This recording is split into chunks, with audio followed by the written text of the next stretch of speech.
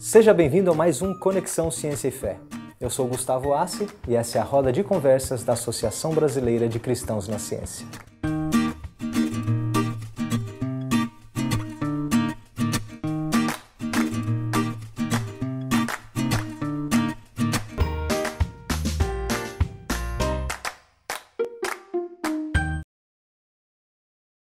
No programa de hoje nós vamos responder a seguinte pergunta: como somos feitos?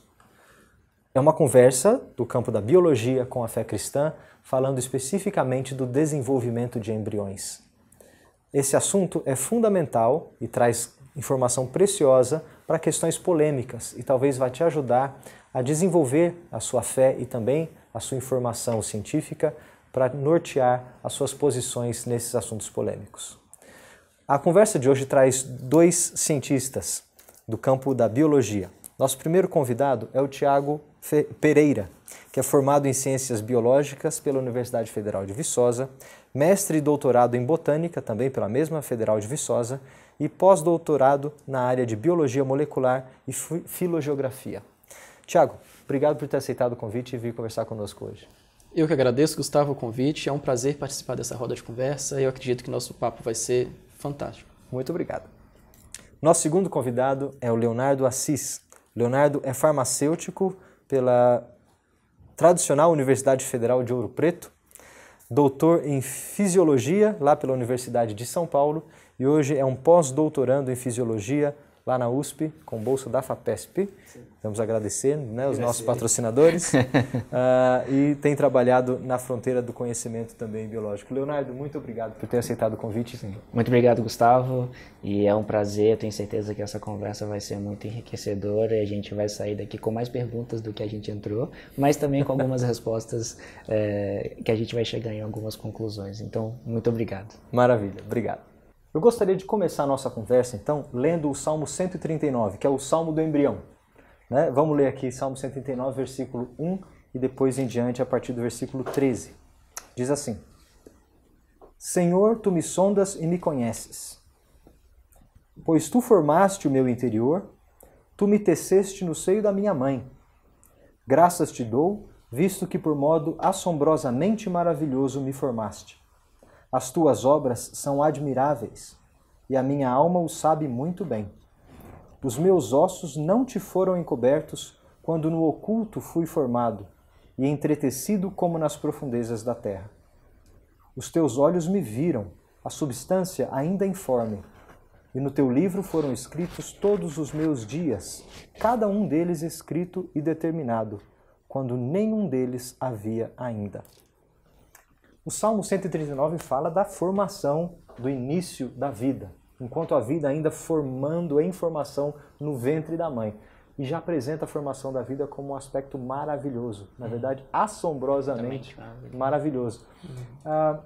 Só que para a gente trazer um pouco mais de assombro e maravilhamento para essa história, conta para mim, de novo, aquela história da cegonha. Como é que isso acontece lá na minúcia, no pequenininho de uma célula que vai formar um embrião?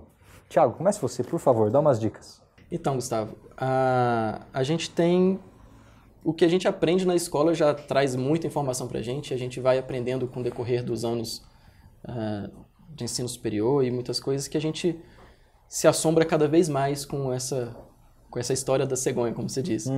Mas tudo acontece como a gente está cansado de ouvir, né? O espermatozoide encontra um óvulo, e essa talvez seja a grande história da vida, né? Que esse encontro ele traz parte de uma informação genética que vem da mãe, parte da informação genética que vem do pai, e a partir desse encontro acontece uma fecundação. Isso ocorre na trompa uterina, no corpo da mãe, e a partir do momento que isso ocorre se forma um zigoto. Esse, na verdade, é um processo que não é imediato, é um processo que ocorre ao longo de algumas horas. Então há uma fusão dessas duas células, e essas células formam um zigoto, que é uma única célula. Que é uma única célula onde os 23 cromossomos do pai e os 23 cromossomos da mãe se encontram e se pareiam, e aí a gente tem um novo ser formado, um novo organismo que começa a se dividir, baseado na informação que está nesse genoma que se uniu. Tá? E aí nós temos com o passar dos dias, essa uma célula sofre uma divisão, que sofre outra divisão, então você tem um crescimento exponencial. E ao longo de uns 3 dias, a gente já tem 32 células formando um aglomerado, um pequeno aglomerado de células, é como se fosse uma cabeça de um alfinete isso. E nesse decorrer do tempo, da trompa, onde acontece a fecundação, esse aglomerado de células está se locomovendo, está migrando, tá né? migrando para outras regiões para a parede do útero. Então, a partir do final da primeira semana, acontece um processo que a gente chama de processo de nidação. É um processo em que esse aglomerado de células que está se multiplicando sem parar, ele se fixa à parede do útero. Então, a partir daí, a gente tem na primeira semana já um organismo que se fundiu à mãe e ele começa a se desenvolver e começa a cada vez... essas divisões elas vão gerando cada vez mais células, vão constituindo e vão se diferenciando cada vez mais. Então, a partir da segunda, terceira semana, há uma diferenciação celular incrível, porque no início, e isso também faz parte desse assombro, essa célula, o zigoto mesmo, ele é uma célula totipotente, que a gente chama.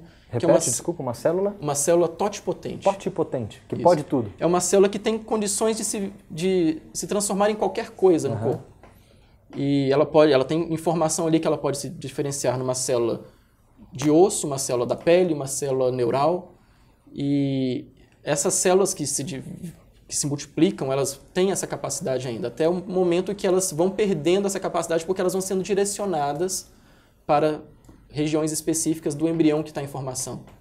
Então, a partir talvez da 8ª semana, 9ª semana, a gente já tem, ou seja, 9 semanas são um pouco mais de 2 meses, quase 3 meses, a gente já tem um organismo com células divididas, organizadas, diferenciadas, que já constituem alguns primórdios já do organismo humano. Na verdade, e para deixar a gente mais assombrado ainda, ao longo de 8 semanas, já se forma um ser com cerca de 2 centímetros e esse ser já se assemelha a um ser humano.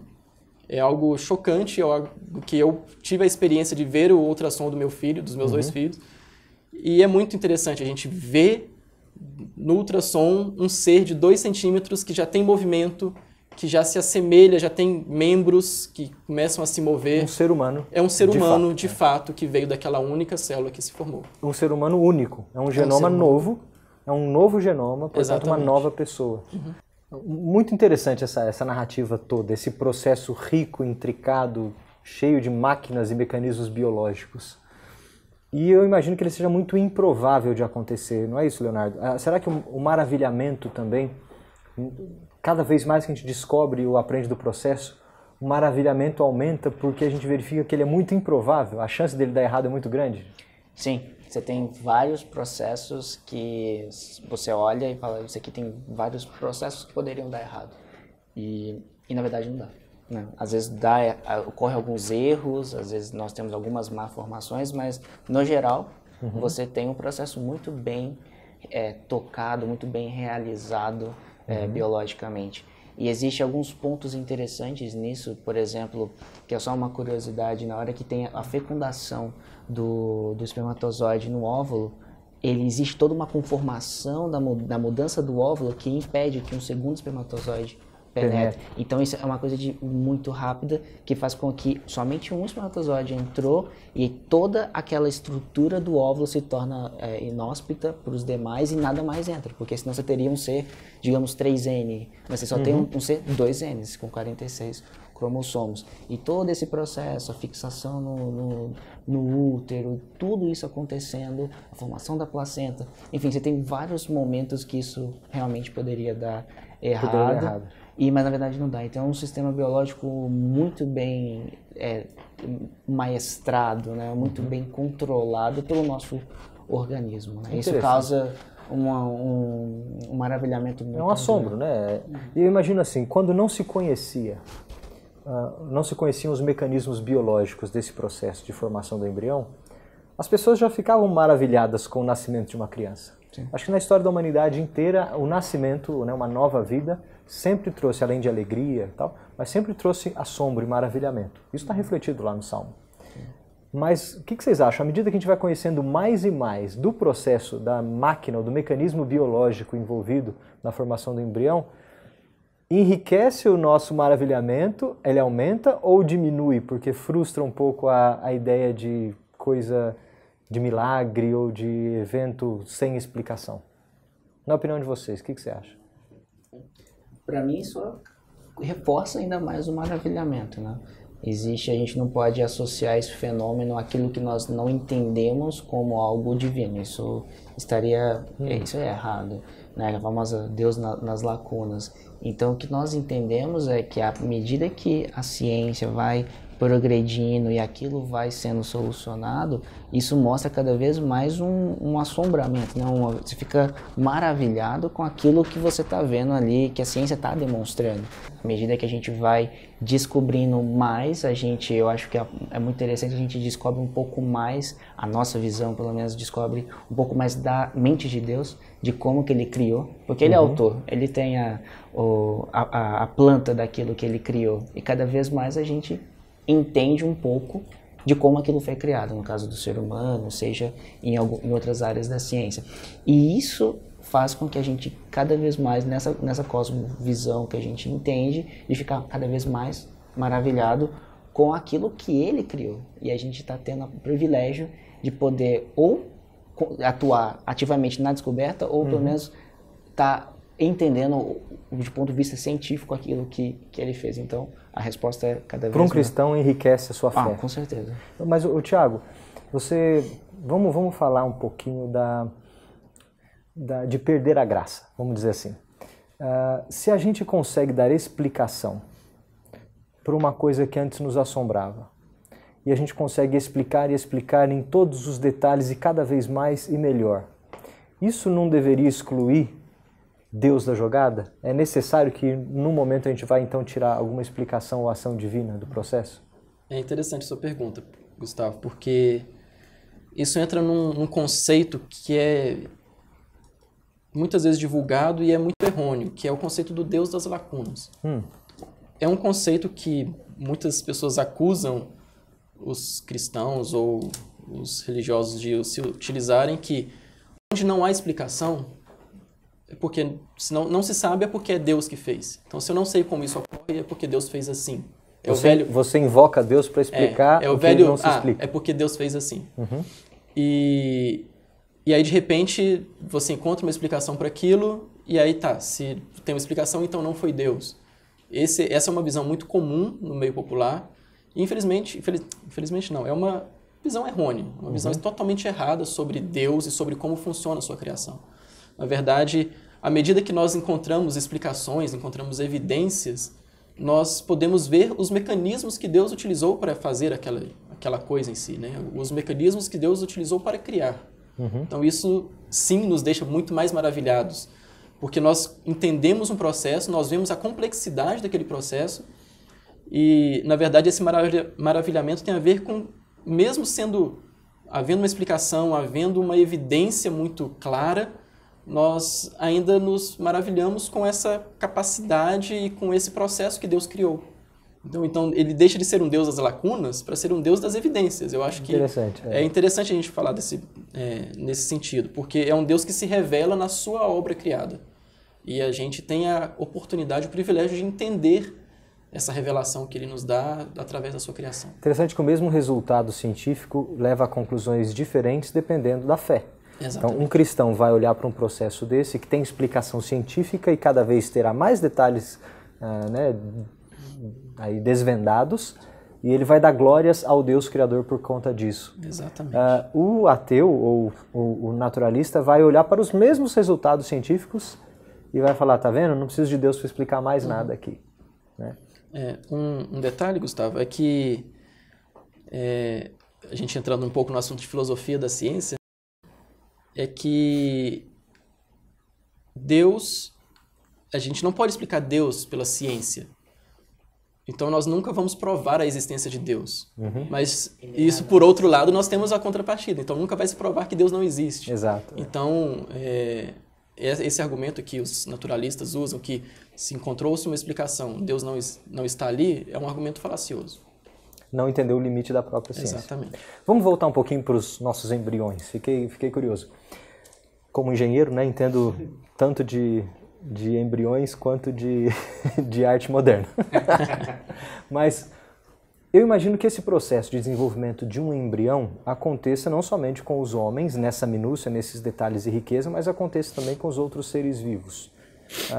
Léo, fala pra gente um pouquinho das semelhanças dos mecanismos biológicos do homem para outros seres vivos também. Sim, é extremamente semelhante. Extremamente semelhante. Semelhante dentro dos mamíferos e também de outros grupos. Existe uma semelhança muito grande no mesmo processo.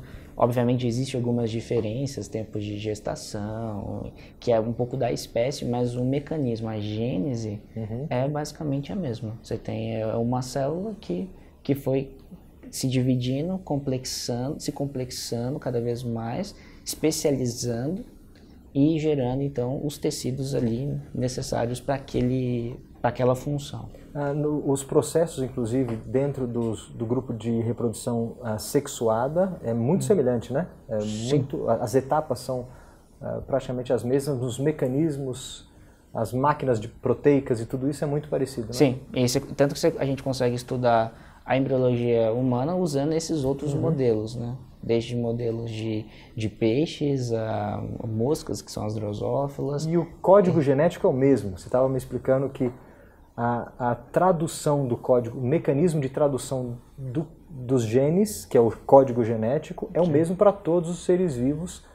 Lógico, os genomas são diferentes. Exato, é um termo às vezes errado. O código genético é como que aquilo é lido, né? Que são os pareamentos de 3 bases trazendo um aminoácido. Então isso é um código genético extremamente conservado.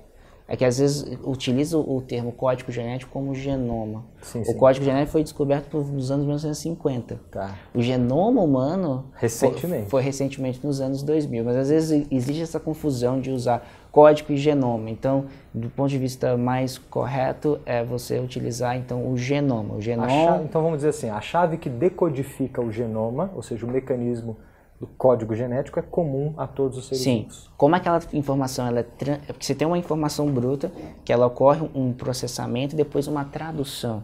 Essa tradução é através do código, desse código genético, que é 3 bases gerando um aminoácido, e isso vai sendo construído em blocos e gerando proteínas. De uma forma bem simplória seria essa. E Thiago, e as plantas? Elas estão na mesma história ou elas são completamente diferentes? Você é um botânico, né? Sim, puxar a sardinha para o meu lado. Claro.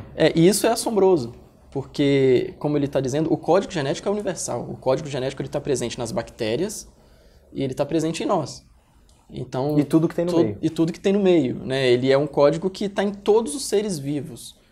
E ele é extremamente semelhante. Ele é o mesmo código, os processos são semelhantes, e na reprodução sexuada, seja em plantas, seja em fungos, seja em invertebrados, vertebrados ou os cordados como nós, ela é extremamente semelhante. Nós temos gametas que carregam parte da informação genética do pai, parte da informação genética da mãe, que se unem no zigoto. Então, nas plantas é exatamente assim. Existe o gameta masculino, existe o gameta feminino, que se encontram, formam um zigoto, e esse zigoto dá um embrião. Nas plantas, só para exemplificar, o embrião está dentro da semente. Se você abrir um feijão, há um embrião ali. Às vezes ali dentro já tem um embrião começando a se desenvolver com as folhinhas. Então, é um embrião, como todos os outros seres vivos com reprodução sexual. É o início da vida daquele indivíduo.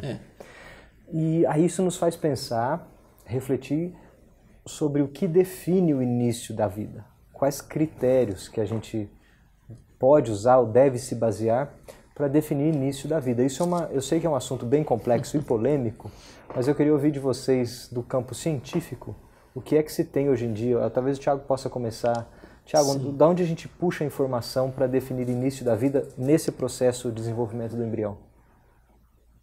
A origem da vida, a definição da vida é algo que até hoje tem intrigado desde biólogos até filósofos, e ninguém tem ainda uma definição muito boa. Tem uma frase curiosa do Santo Agostinho sobre o tempo, que quando ele pensa no tempo, ele sabe o que é, mas quando pedem para que ele defina, ele não sabe definir. Eu acho que com a vida também, quando a gente pensa sobre o que é a vida, a gente sabe o que ela é. mas quando a gente vai definir, a gente não consegue muito bem. E a gente aprende na escola que o que é um ser vivo, né? O que é vida é que nasce, cresce e reproduz. E é por aí, né? Essa visão tão simplista, ela é muito rica, porque ela mostra que as tendências hoje sobre a definição de vida é um ser que seja autônomo, que tenha capacidade de reprodução, capacidade de metabolismo, capacidades metabólicas, né, e de nutrição. É um ser capaz de crescimento e desenvolvimento. É um ser que tenha, além disso tudo, uma informação codificada. Então, ele tem uma informação e essa informação é reprodutível. Entendeu? Então, na verdade, é um conjunto de fatores que faz com que essa entidade seja uma vida. São fatores que, isolados, eles não necessariamente representam vida. Existem substâncias que têm algumas dessas propriedades mas que não são vida. Mas essas propriedades todas juntas, elas podem sim constituir o que é vida. Mas quando é que isso começa? Sim. No embrião, ou no desenvolvimento embrionário, na ontogenia, né, na origem do ser, há uma dificuldade muito grande, porque existem diversas definições dependendo do campo de estudo. Existe uma definição da genética, existe uma definição fisiológica, existe uma definição neurológica. Então, por exemplo, a genética, através da genética, a gente pode entender que, a partir da união do espermatozoide com o óvulo e a formação desse zigoto com material genético de pai e mãe, ele é um novo organismo, com uma informação genética nova, única. Então, sim, é possível que a partir da genética você diga, isso já é uma nova vida. Então, por uma perspectiva puramente genética, no momento da fecundação você já tem um novo indivíduo, porque ele contém um genoma único. Sim, é uma possibilidade. Mas tem outras perspectivas? Existem outras. Por exemplo, existe uma interpretação neurológica, onde a vida se dá a partir da formação total do sistema nervoso do embrião. Tá. Porque ela se baseia na questão de definição de morte. Entendi. Se a morte seria a perda da atividade cerebral, a vida é seria o início da atividade cerebral, a atividade neurológica, que aconteceria por volta da... Ainda há controvérsia sobre isso. Seria em torno da 9ª semana, seria em torno da 12ª semana. Então, não há consenso. A gente percebe que a biologia falha em achar um consenso nessa definição. Mas existem essas opções, existem várias alternativas. Devem haver outras, né? Dependendo do ramo da no campo médico, que me consta, existe em torno de 20 definições. 20 definições do que seria o de onde é o início da vida.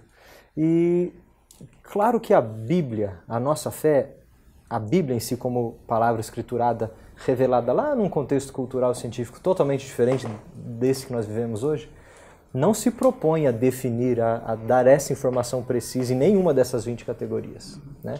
Mas ela traz uma informação mais de valor, um princípio de valor de vida, não é que a gente acabou de ler no Salmo 139, especialmente no versículo 16, que diz assim, enquanto eu era substância informe ou sem forma dentro do ventre da minha mãe, o Senhor já me conhecia e todos os meus dias já estavam determinados. Exato. Então, para o salmista, para a revelação bíblica, tem um valor a vida, mesmo a vida no útero.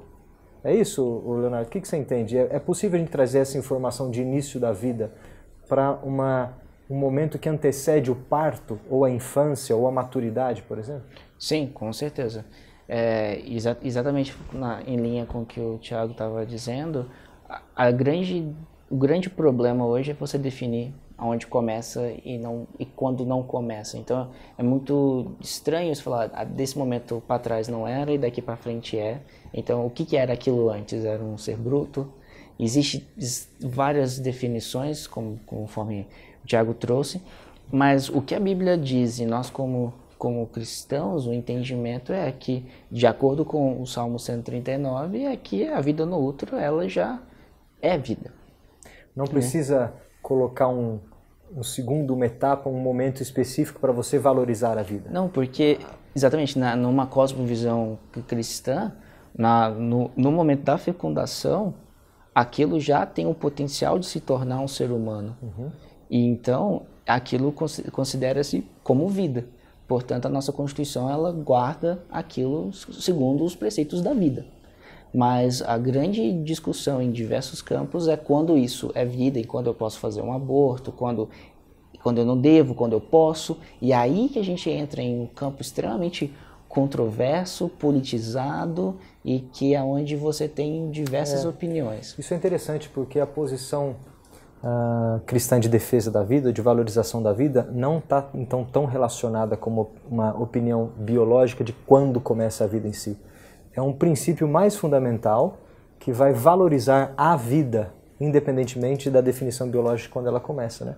Então são informações que vêm de dois campos aí que nos informam e complementam e não se excluem. Tem uma ideia interessante que resume muito bem essa controvérsia.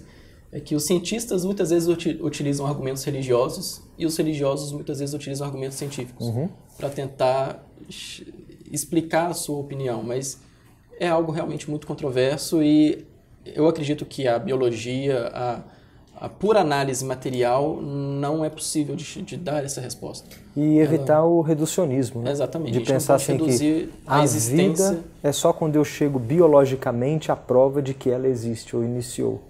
Né? Reduzir a vida simplesmente ao aspecto biológico é perder a essência e o valor que a Bíblia diz que o Senhor nos confere, não é isso? Exatamente. Não, demais, interessante demais. Então vamos ver se eu entendi. Embriões se desenvolvem de maneira muito complexa, um processo muito improvável se a gente fosse olhar química e fisiologicamente falando.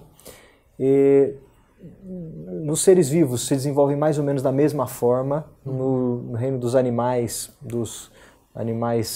cordados, basicamente a mesma coisa. Então o que é que difere o homem, já que ele tem a mesma gênese, o mesmo desenvolvimento embrionário, talvez indistinto de um outro embrião até as suas primeiras semanas ou dias de vida, o que é que difere o homem ser humano de um outro ser vivo, às vezes desenvolvido como ele, além do seu genoma? Tem algo mais aí? Eu acho que a resposta para essa pergunta não está na ciência. Não está na ciência, né? Ela está em Gênesis. Para nós como cristãos, né? Essa resposta a gente não vai encontrar essa resposta na ciência, não vai encontrar essa resposta na biologia, mas ela vai estar no momento no Gênesis em que se descreve a criação do homem, que é uma criação especial e onde Deus faz algo que ele não fez em nenhum dos outros seres criados. Ele sopra vida sobre o homem, né? Há um sopro de vida. E o homem recebe a imagem e a semelhança de Deus. Então, esse valor intrínseco sobre a vida, né? O que é a vida, ela vem de fora, ela vem de Deus. E essa imagem de Deus que é colocada em nós e que não é colocada em nenhum dos outros seres, é uma capacidade que nós entendemos que é uma capacidade de conhecer a Deus, que os outros seres não têm, e uma capacidade de se relacionar com Deus, que é uma capacidade que os outros seres também não têm. De se relacionar com Deus e de prestar contas a Ele, inclusive, né? Então, nós temos um privilégio, uma bênção e uma responsabilidade muito grande. Essa responsabilidade que é uma ordem, né? Um mandato que Deus dá para a gente, que a gente chama de mandato cultural, que é nós temos de ajudá-lo a criar, a cuidar da criação, né? a cultivar a criação. Cultural. Então, nós temos essa responsabilidade e esse privilégio. Então, a vida que Ele coloca em nós e essa diferença que nós temos em relação aos outros seres criados, eu acredito que seja essa, é a imagem que Deus coloca em nós. Interessante que isso não tira o valor da vida dos outros seres vivos, mas isso coloca um valor especial no ser humano, como ser que consegue se relacionar com o seu Criador, né? É o fôlego de vida, é o ruach, é o sopro, é a alma que faz então o homem existir como homem completo, não é isso? Porque se fosse olhar no embrião, ou na fisiologia, ou na biologia, é indistinguível, talvez, dos mecanismos dos outros seres vivos. É esse dualismo que o ser humano tem, né? De ser pó e essa que ao mesmo tempo alma vivente. A condição do homem ser pó é o que o liga a todos os outros seres, ao universo em si, né? Os átomos. Nossa constituição é a mesma constituição de qualquer outra coisa criada. Constituição física, material. E ao mesmo tempo nós somos alma vivente e um ser que tem a imagem de Deus. Então nós temos um aspecto material, biológico, que nos liga a todos os outros seres criados, mas nós temos um aspecto diferente, transcendente, que é um aspecto transcendente. Interessante, bom demais. Que nós não acessamos com a ciência. É inacessível para a ciência, muito bom. Leonardo, para a gente terminar o nosso papo aqui, eu sei que você trabalha aí numa fronteira do conhecimento científico nessa área e pode até nos ensinar muito a respeito disso, que hoje está na crista da onda, que é a edição genética, manipulação de genoma, né? Fala um pouquinho para a gente dessas técnicas que manipulam ou alteram ou tendem a criar alguma coisa nova e em relação ao que a gente acabou de discutir de valor da vida, unicidade do ser e assim por diante. Sim, hoje o grande player, né, é o famoso CRISPR.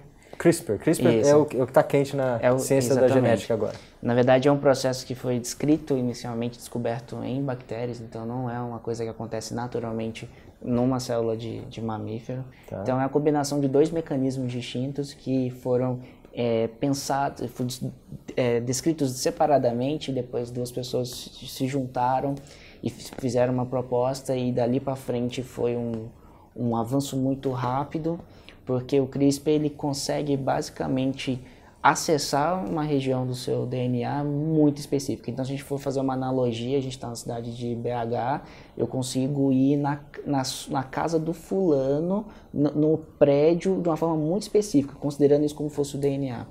Se o DNA fosse uma cidade, né, eu conseguiria bater na casa do Sr. João, que mora do lado da padaria A, do lado do bar X, de uma forma muito precisa e entregar um pacote para ele. E, na verdade, entregar um pacote e transformá-lo em outra coisa, editá-lo. Exato. O CRISPR, ele consegue, existem várias formas. A mais tradicional é aquilo que você vai entregar e você destrói aquela sequência. Mas você pode fazer alteração, você pode colocar coisa no lugar, você pode tirar, você pode alterar a forma de leitura. Você consegue utilizar o CRISPR e até mesmo ter sequências de pedaços de DNA, fazer ele ser ativado ou reprimido. Então, a magnitude que o CRISPR ele trouxe é muito grande. O potencial para pesquisa básica é muito legal, porque a gente consegue agora editar de forma mais precisa os nossos modelos animais. É como se o genoma fosse um grande livro e o CRISPR me permitisse editar letras. Eu consigo ir lá na letra da página tal e trocar letra por letra e com isso modificar o sentido da frase ou de um capítulo. Exatamente. Você consegue, só que hoje já tem alguns estudos demonstrando que ele não é tão preciso assim. E qual a vantagem e a desvantagem? Qual a vantagem e o problema de fazer isso? A vantagem no sentido da pesquisa básica é que você consegue ter uma gama de ferramentas para estudar os mais de 20 mil genes. Muitos dos 20 mil genes nós não conhecemos a função. Então você consegue fazer uma edição, fazer uma supressão ou remoção desse gene e avaliar o fenômeno. Então você consegue entender ainda mais o genoma humano. E você consegue ter muito mais gama de ferramentas para você estudar na pesquisa básica. Então isso levaria à compreensão de doenças, de cura de doenças. É o principal caminho. É exponencial o potencial. O poder que isso... Exato, porque você vai conseguir estudar uma doença, uma condição, os genes em diferentes condições. Então o céu é o limite no caso ali, né? Nesse caso, porque você tem muita possibilidade. E os problemas intrínsecos? E os problemas é que isso é muito tranquilo de você navegar quando não trabalha com o ser humano. Então, você editar o genoma de uma célula, a gente faz isso no laboratório, a gente consegue. É muito tranquilo de fazer isso hoje, a técnica já está muito avançada. O problema é que existem esses efeitos colaterais, às vezes ele não é tão preciso. Ele faz o que ele tem que fazer, mas ele acaba acertando o vizinho. Então, hoje você não consegue ter uma precisão, e tem um volume de literatura sendo publicado demonstrando que existe essa preocupação. E quando você traduz isso para uma aplicação em humano, é muito perigoso você fazer uma edição, porque você tem que ter... Hoje a gente não tem um mecanismo existe um mecanismo correto, mas ainda pode acontecer um desvio no caminho e você está mexendo com uma vida. Então você não sabe o que pode acontecer e os efeitos são impossíveis de você estimar. Mas isso então significa que a gente deve abandonar qualquer tentativa de edição genética ou a gente deve fazer de outro jeito, com algum cuidado? Não sei, o que vocês acham? É engraçado, né? Porque esse é o assunto que está na crista da onda hoje, mas em outros tempos a gente teve pesquisas com células-tronco, que durante a década de 90, principalmente, foi o assunto do momento, né? A gente tem diversos campos da genética ou da biologia, sempre alguma coisa que lida com o ser humano, que está no topo dessa discussão. Clonagem, lembra? A clonagem foi uma Dolly. discussão muito intensa na época, e essas coisas vão amadurecendo com o tempo. Então a gente ainda está amadurecendo essa ideia do CRISPR. Ainda está tem um boom, né? Ele está no momento que ainda precisa amadurecer, e como é algo novo, a legislação não contempla essas coisas, a gente não tem um entendimento da sociedade ou do Estado sobre como isso deve acontecer. Mas a gente não tem que ter medo disso, porque isso é fruto da capacidade que Deus nos deu de criar. Nós temos uma capacidade criativa que faz parte da imagem que Deus colocou em nós. Se Ele é criador, nós também temos uma capacidade criativa. E nós temos capacidades de fazer muita coisa, e nós temos associado a isso um mandato que Deus nos deu de cuidarmos da criação, de servirmos a criação. Então E nisso a gente está usando uma ferramenta para a gente conhecer ainda mais a criação dele. Exatamente. Então essas ferramentas são dadas por Deus, a capacidade que Ele nos dá é para que a gente desenvolva realmente ferramentas que serão úteis para a sua criação como um todo, e para nós em especial, e para o benefício da sociedade. Então nós temos que ter muita responsabilidade em como nós trabalhamos com as ferramentas que Ele nos dá. Então acho que esse é o ponto central. A nossa responsabilidade em agir de forma ética, de forma responsável, e agir com humildade, entendendo que nós prestamos contas ao nosso Criador e que nós não temos a capacidade que Ele tem de ser um Criador no final das contas, né? Nós nos submetemos a Ele. Então, nesse aspecto que eu comentei anteriormente, no aspecto físico, material, biológico do ser humano, nós conseguimos trabalhar nessa área. Mas existe aquele aspecto transcendente. E nesse aspecto transcendente, nós não conseguimos agir dessa forma. Nós não conseguimos fazer um CRISPR para o espírito. A gente não consegue acessar essas coisas. Exatamente. É inacessível. Então nós acessamos uma parte, um aspecto da existência humana. Da humanidade. Né? E isso, na verdade, tem que colocar a gente no nosso lugar, com humildade, para reconhecer que nós não temos esse poder todo. E já houve também no passado algumas ferramentas de edição, ou até mesmo algumas ferramentas de silenciamento gênico, que você conseguia fazer uma supressão do gene e que houve o mesmo avanço, o mesmo boom na época, e depois aquilo se acalmou e falou, isso aqui não é tão assim. Então, mas o CRISPR, na minha opinião, ele veio para ficar. Em comparação às outras técnicas, ele é muito mais avançado. Mas ele ainda precisa ser bem trabalhado. Interessante que a gente coloca sempre a questão da liberdade e criatividade que o homem tem para atuar na criação, mas dentro de um limite e de uma responsabilidade diante da face de Deus. Sim. Então, em todas as áreas da ciência, talvez nessa área que vocês trabalham fica mais evidente porque você está tratando com vida, e a gente sabe, como já viu hoje, o valor que a vida tem, né? Isso não nos impede de desenvolver pesquisas com criatividade e termos certa liberdade, como aí regentes da criação de Deus, de certo modo espelhando o processo criativo dele, mas limitados no nosso alcance, no nosso julgamento e também na responsabilidade que ele mesmo Eu acho que a discussão do CRISPR ela se dá quando se fala com o ser humano, porque no uso na pesquisa básica, até mesmo translacional, está bem avaliado, está bem desenhado, porque existem os comitês de éticas, existe toda uma regulamentação. No meu doutorado eu utilizei o CRISPR nas células. Então, é um processo longo, mas a gente consegue, existe todo um processo balizado.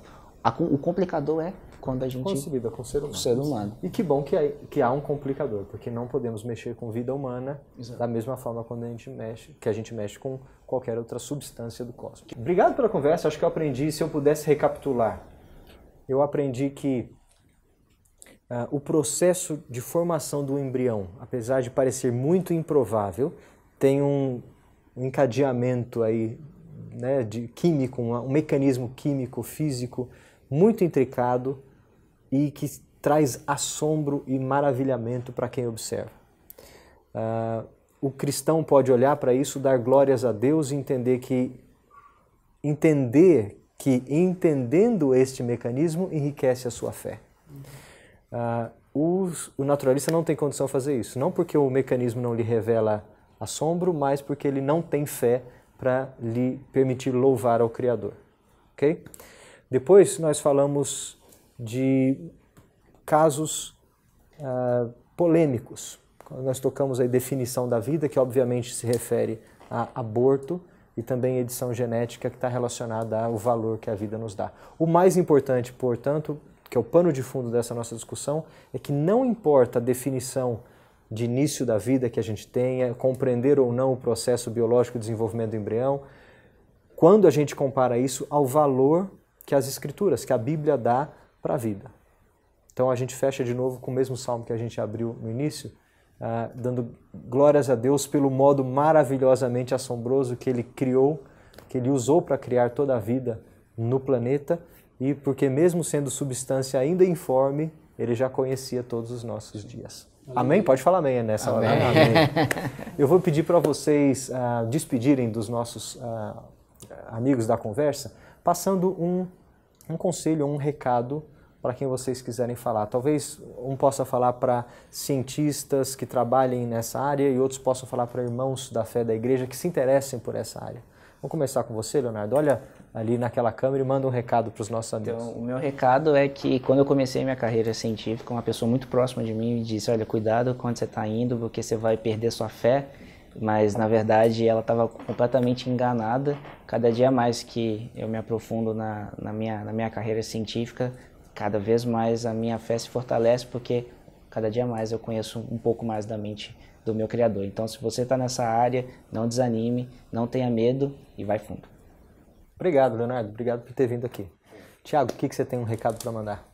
Que eu tenho a dizer para os nossos irmãos na fé que não tenham medo da ciência. A ciência, ela não é dos ateus, a ciência não é do campo naturalista, a ciência vem de Deus. A ciência é um presente que nós temos, é um privilégio que nós temos de estudar a criação, faz parte do mandato cultural que Deus nos deu de conhecermos a criação, de dar nome aos animais. Isso tudo faz parte do que é fazer ciência, conhecer as coisas e conhecer a sua criação. Então, tudo que nós fazemos por causa da ordem que Ele nos deu e por causa da capacidade que Ele nos deu de estudarmos.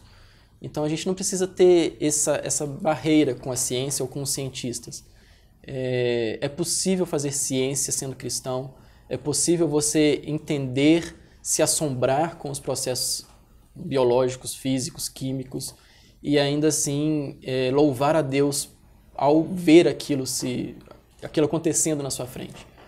É possível, é necessário, e nós precisamos cada vez mais de cristãos que se envolvam com a ciência, que conheçam a ciência e que nos ajude a dialogar cada vez mais com esse meio que é tão árido de cristãos, um meio acadêmico, um meio científico, precisa de cristãos envolvidos e engajados. Então esse é o nosso recado, e eu espero que cada vez mais vocês estejam por dentro do que a BC2 tem produzido e estejam com a gente.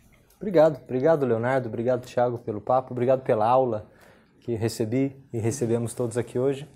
E se você gostou do Conexão Ciência e Fé nesse tema de biologia, como nós somos feitos, né, uma conversa do desenvolvimento dos embriões, você pode continuar a conversa no material que a ABC2 oferece no site. E você pode participar da conversa, claro, mandando e-mails, sugestões de pauta e comentários para conexão@cristãosnaciencia.org.br e deixando o seu recado aí embaixo nos comentários do vídeo, divulgando, compartilhando o nosso vídeo nas redes sociais e trazendo mais gente para a nossa conversa e bate-papo. Espero você no próximo programa. Um abraço e obrigado.